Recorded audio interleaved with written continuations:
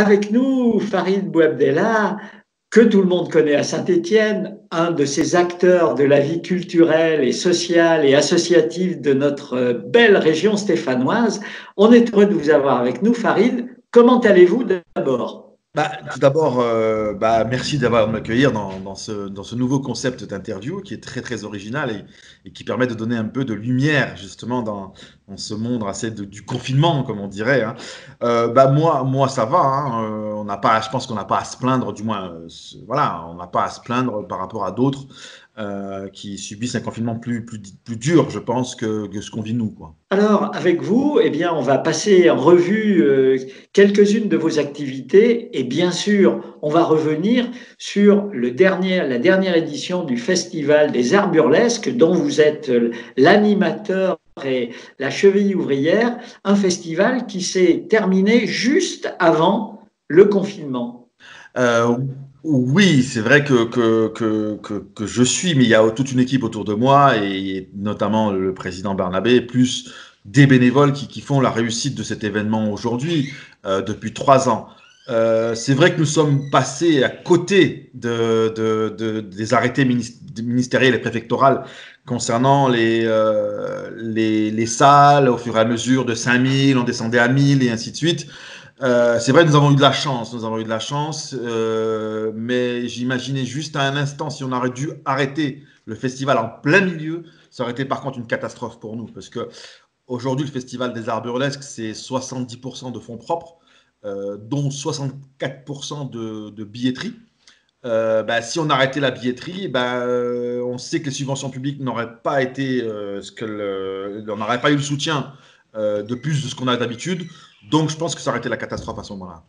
Ce festival, c'est quoi? Qu'est-ce qu'on y voit? Alors, ce festival, le Festival des Arts Burlesques, on est aujourd'hui sur la 18e, on sera l'année prochaine en 2021 sur la 18e édition, donc la majorité. C'est un festival d'humour, mais pas seulement, c'est aussi des actions sociales. Cette année, on a monté une très belle opération avec Pôle emploi, juste avant, justement, où des demandeurs d'emploi éloignés de la société ont participé à des projets avec François Rollin, mais aussi avec Raphaël Bruyas sur l'image, Gaël Bernabé et Pierre Grasset sur la photo, et la Ligue d'improvisation, où ils ont travaillé sur l'improvisation. Donc pendant une semaine, et peut-être en amont aussi, il y a des actions de médiation sociale, et puis aussi des spectacles d'humour qu'on ne voit pas ailleurs. C'est aussi l'originalité de ce festival aujourd'hui, qui accueille près de 13 000 spectateurs, dont 10 500 payants. C'est énorme. Alors, voilà, il faut dire que vous avez pris votre place à Saint-Étienne, mais aussi votre place en France, parce que ce concept, finalement, il est assez original. Oui. Et les humoristes, entre guillemets, vous suivent. C'est pour ça aussi que ça marche. C'est que vous avez créé une sorte d'esprit d'équipe, les plus anciens passant le relais aux plus jeunes. Enfin, c'est assez étonnant, la manière dont les choses se passent. Vous savez, Jean-Claude, vous êtes sur RCF depuis des années. Qu'est-ce qui fait la réussite d'RCF? C'est les relations humaines, en fait. C'est ça, c'est la relation qu'on peut avoir avec les gens et les projets qui naissent avec. C'est-à-dire que il n'y a pas de chichibada autour du festival avec les artistes. Nous, on est vraiment avec des gens. Oui, y a pas on est sur une relation humaine. C'est-à-dire que si tu veux t'investir avec nous, go, quoi. C'est pour ça que j'ai donné des cartes blanches à Alex Vizorek. L'année prochaine, il y aura une surprise sûrement avec Alex. C'est-à-dire qu'on est sur des gens avec qui on se donne des occasions de. Voilà. Et puis, on sait que ce qui aujourd'hui qui sera peut-être pas demain. On sait que tout est éphémère. On fait un boulot éphémère. Donc, profitons de l'instant, puisqu'on sait que demain, peut-être que.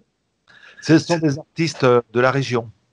Non, il y a quelques artistes régionaux, mais on est essentiellement sur du national, parce qu'aujourd'hui, l'économie du Festival des Arts Burlesques fait que malheureusement ou heureusement, on verra dans les années qui viennent, notre festival est financé, comme je vous le disais, à 70% par la billetterie et par les fonds propres. C'est-à-dire que on a très peu de subventions publiques. C'est-à-dire que sur un festival comme le nôtre, on est à 400 000 euros à peu près de chiffre d'affaires. C'est sur les trois territoriales, donc métropole, région et ville de Saint-Étienne, on est à 30%, donc ça veut dire 90 000 euros. Voilà, donc c'est pour vous dire que c'est pas ce qui change l'histoire. Donc aujourd'hui, nous avons compris que nous devons faire 100, avec ce qu'on nous donne, c'est-à-dire qu'on sait qu'on n'aura pas plus. On est né comme ça, on est né comme ça. Et on le sait qu'aujourd'hui, depuis 15 ans, ce festival voilà, il est né, c'est un vilain petit canard qui est en train de devenir un cygne, comme je le dis. Et aujourd'hui, on sait qu'on doit se débrouiller avec les moyens qu'on a et qu'on n'aura pas plus. Mais malgré que si demain, ce festival devient l'un des meilleurs, qu'il est aujourd'hui l'un des meilleurs festivals du monde de France, on le sait. Donc on fait avec, on a pris l'habitude. Et d'ailleurs, je pense que c'est dans la difficulté qu'on fait les meilleures choses. Alors c'est vrai que on a l'impression que vous avez su créer des réseaux de gens qui se passent le relais, qui ont plaisir à travailler avec d'autres. Dans ce monde-là, parfois c'est la concurrence. Chacun fait son spectacle. Or, on n'a pas cette impression-là. Il y a pas mal de soirées où il y a plusieurs humoristes qui ne se contentent pas d'être les uns à côté des autres. Ils construisent des soirées ensemble. C'est aussi pour ça qu'ils sont heureux de venir à Saint-Étienne. Oui, c'est l'idée, en fait, c'est décloisonner de ce qu'ils font déjà. C'est-à-dire que l'année prochaine, s'il y a un projet qui va être mis en place où la personne doit faire quelque chose de ce qu'elle ne fait pas d'habitude. Et c'est ça l'idée, c'est que les mecs, ils tentent des choses qui font que... Et c'est ça qui est magnifique, en fait. C'est-à-dire que Vizorek, Alex, quand il vient, voilà, on tente des choses, et puis d'autres l'année prochaine, et ainsi de suite. Si tout va bien... Alors, vous l'avez évoqué aussi quand on a commencé, il y a tout un environnement d'action autour de publics qui, a priori, ne vont pas venir, ne viennent pas au spectacle. C'est aussi une originalité. Et puis, vos artistes, un certain nombre d'entre eux, s'y engagent avec passion et avec intérêt. Vous savez, le Festival des Arboresques, aujourd'hui, il est sur la 18e année. Il n'est pas né par hasard. Il est né dans un quartier. Au début, pour changer l'image d'un quartier. On a utilisé la culture pour changer l'image d'un quartier. Donc, c'est un festival qui vient d'en bas. Ce n'est pas un festival réfléchi d'en haut. Vous voyez ce que je veux dire? On n'a pas passé une commande à une entreprise et on leur dit, voilà, faites-moi une programmation. Non, c'est un festival qui a du sens et qui sait où il va, en fait. Il a une âme, ce festival. Et c'est pour ça qu'il dure. Et c'est pour ça qu'il est aimé aussi. Alors, ce festival, eh bien, s'est terminé par une belle réussite, c'est incontestable. Vous travaillez déjà à la prochaine édition, on sait que c'est comme ça que ça se passe. Il y aura des surprises donc. Mais vous n'êtes pas, si j'ose dire, l'homme d'un one-shot. Il n'y a pas que le Festival des Arts Burlesques sur lequel vous vous investissez tout au long de l'année. Non, non. C'est-à-dire qu'en fait, ce qui se passe, c'est que moi, je suis un passionné. Je suis un passionné depuis tout petit, voilà. Oui, j'ai 48 ans aujourd'hui. Depuis l'âge de 15 ans, je fréquente le milieu, je vais au Printemps de Bourges depuis 13 ans, je vais à Avignon, je vais à La Rochelle. Donc j'étais imprégné par ces gens-là, j'étais imprégné par les grands créateurs de festivals, que ce soit Jean-Louis Foulquier ou Daniel Colline. C'est-à-dire que c'est des gens que j'ai suivis quand j'étais gamin. J'étais passionné par leur job et je regardais souvent comment ils travaillaient. Et donc je ne suis pas né, je suis pas né de la dernière pluie et j'ai eu la chance d'être entouré de bienveillance aussi autour de moi, des gens qui m'aident, qui m'accompagnent sur des projets, et je ne suis pas tout seul, il y a une équipe, et c'est ça qui fait la force. Et vous savez, quand vous faites des choses bien, généralement, vous êtes entouré de gens bien. Et de là, vous avez d'autres projets. Le projet sur la problématique de la radicalisation qui était né au nouveau théâtre Beaulieu, c'est un projet qui est fort et qui est en... Alors expliquez-nous un peu de quoi il s'agit, parce qu'on est tout à fait dans un autre domaine et on sait que vous vous investissez beaucoup aussi sur cette problématique. Vous savez, moi j'utilise toujours la culture comme lien social. C'est hyper important.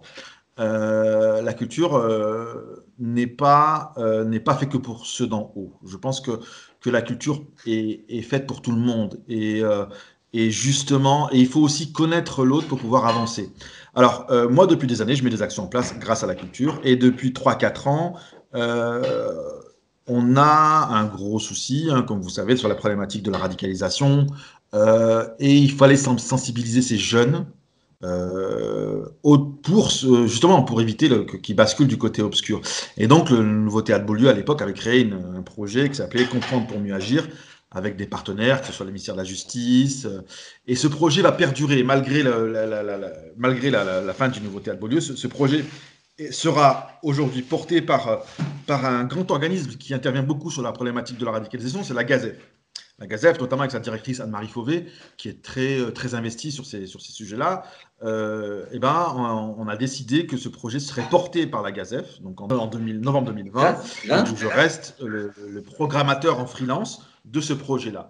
Donc l'année prochaine, vous allez, si tout va bien, si on peut faire des spectacles, si on peut faire des rencontres, vous allez avoir des actions avec des lycéens, avec en maison d'arrêt, avec le tout public, avec des rencontres culturelles, des pièces de théâtre, voilà, dans différentes villes de la métropole, mais pas seulement, puisqu'on devrait aller aussi à Roanne, voilà, donc c'est important aussi. Voilà, donc moi j'avance sur plein de projets comme ça. Il y a des projets peut-être avec Pôle emploi encore qui auront lieu. Voilà, je me définis comme ingénieur culturel, en sens sur l'ingénierie culturelle, en fait, sur l'idée d'avancer ensemble en utilisant un outil commun, la culture. Eh ben, écoutez, bravo Farid, on est heureux de sentir votre enthousiasme toujours communicatif. Un petit clin d'œil aussi parce que vous avez été pendant un certain nombre d'années assez investi dans une radio locale, si mes souvenirs sont bons. Tout à fait, oui, bien sûr. Depuis de 1988 à 2017, oui, j'étais investi à Radio Ondaine, donc j'ai commencé très jeune aussi, hein, dans ce milieu-là. Et Radio Ondaine a été un outil formidable pour moi aussi, hein, pour créer du lien. J'ai eu des rencontres formidables, j'ai réalisé des belles interviews, voilà. Et aujourd'hui, je suis sur d'autres projets. Je n'oublie jamais d'où je viens et qui je suis. C'est hyper important, je pense, pour tout le monde. Voilà, mais ce qu'il faut se dire aussi, c'est qu'aujourd'hui, on est en train de vivre une période de confinement, une période particulière. Et je pense qu'il faut qu'on retrouve de l'humilité, je pense, aussi, parce que ce qui nous arrive aussi, c'est un rappel. C'est un rappel que rien n'est acquis, qu'il suffit d'un rien, que nous sommes un colosse au pied d'argile. Le monde est un colosse au pied d'argile. Vous avez vu, c'est un petit virus qui est en train de déstabiliser le monde. Il déstabilise le monde de la finance, il déstabilise tout le monde. Et je pense qu'il ne faut pas l'oublier. Et puis, deuxième chose que je voulais rajouter, là, on regarde qui est-ce qui tient aujourd'hui, qui est-ce qui tient le monde. Ce sont les petites gens, comme on les appelle, hein. C'est les infirmières, c'est les éboueurs, c'est les centres commerciaux, c'est les caissières. Eh ben, ces gens-là, c'est pas le monde de la finance qui tient le monde. C'est ces gens-là, en fait. Il ne faut pas l'oublier, ça. C'est hyper important parce que ces gens-là, ils triment. Regardez en Seine-Saint-Denis, c'est là où il y a le plus de Covid. Pourquoi? Parce que c'est des gens qui bossent à 1200 balles, qui vont bosser en sécurité, qui vont bosser. Et je pense que ça, il faut qu'on s'en rende compte une bonne fois pour toutes. Il faut qu'on regarde ça différemment. Voilà. Eh bien, écoutez, merci pour votre enthousiasme. Jean-Marc, vous voulez ajouter quelque chose? Le monde de la radio, c'est définitivement terminé, ou peut-être créer une radio pendant ce festival, ça serait une chose qui pourrait être possible, une radio éphémère pendant le festival des arts burlesques. Pourquoi pas? Pourquoi pas? C'est des choses à réfléchir. Vous savez, moi, je suis ouvert à plein de choses, hein. Là, aujourd'hui, cet après-midi, je suis en train de travailler justement sur le festival avec des personnes. Et il y a des idées qui sortent. Et à chaque fois, moi, j'aime les idées, en fait. C'est ça. Et quand on est motivé, quand on a envie on peut faire bouger les lignes. C'est toujours ce que je me dis. Moi, c'est pas l'argent qui vient d'abord. C'est d'abord l'idée. Et après, on trouve les gens. C'est comme ça et on trouve le reste pour fonctionner. Ça, c'est sûr. Merci. En tout cas, Coucou. RCF, je suis super content de ce que vous faites et continuez. Voilà. Coucou, merci. Bon confinement. Bon confinement. Merci Jean-Claude. À bientôt les amis. Ciao, ciao. À bientôt. Ciao.